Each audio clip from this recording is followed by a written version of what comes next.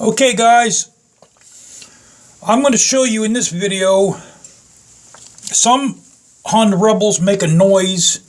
Sounds like they're coming from the left side of the cover where your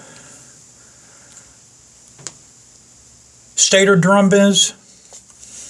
That might be because of these little bearings back in here. Sometimes what happens is these little cups, they rub against your roller drums, and that actually wears down. It almost looks like a 22 short shell. Now what will happen is that little drum there will wear down. It'll start rattling around. Now these are real hard to find. You may not even be able to find these new. As you see, that one's in already.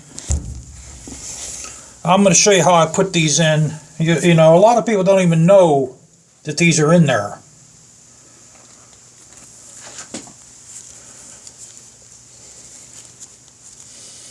They are a little tough to get in.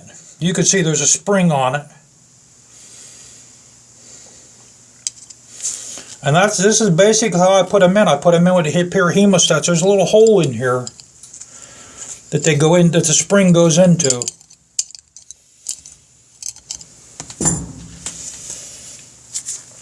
And then this is the roller bearing here. What I do is I use an angle pick to guide this in.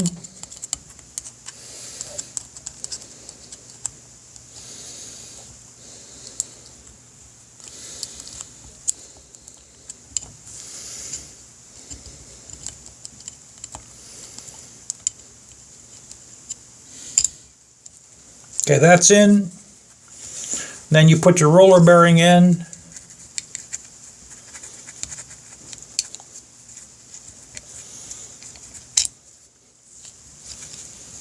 Take your pick out. And it's in. Now there's 3 of them. What I did is, since I'm working on the engine, I actually dropped this. And they all ejected out, and thank God I found everything. So I just took them out, because I needed this stator drum in order to turn my crankshaft when I put the timing chain and the cam back on. So I had to take them out because I didn't want to lose them. Let me pause you guys and we'll do the last one. Again, this is what they look like. And that's what happens. A lot of times what will happen is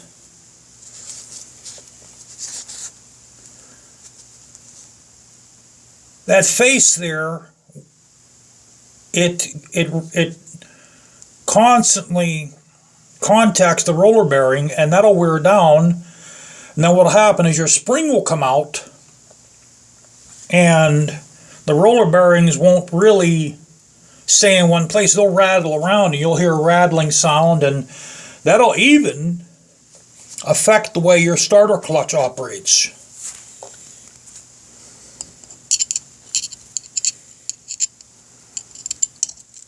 And these are really tough to find. Matter of fact, I don't even think you can buy new ones.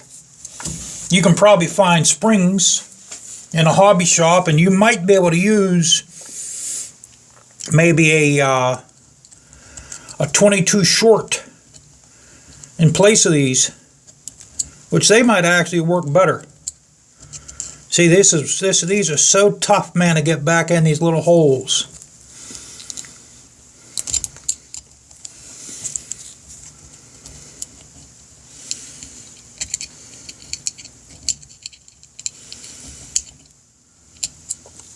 Alright, let's try with the hemostat. Maybe I can get it back in with that.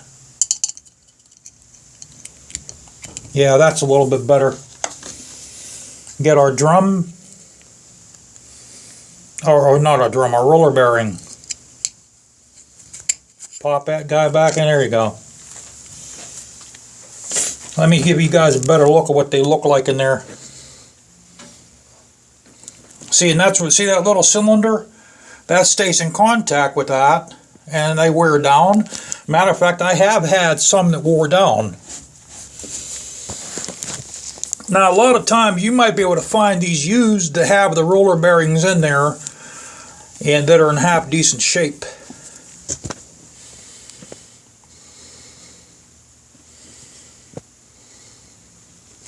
Now, if you're going to try to take these screws out, you'll probably need an impact screwdriver to get these out.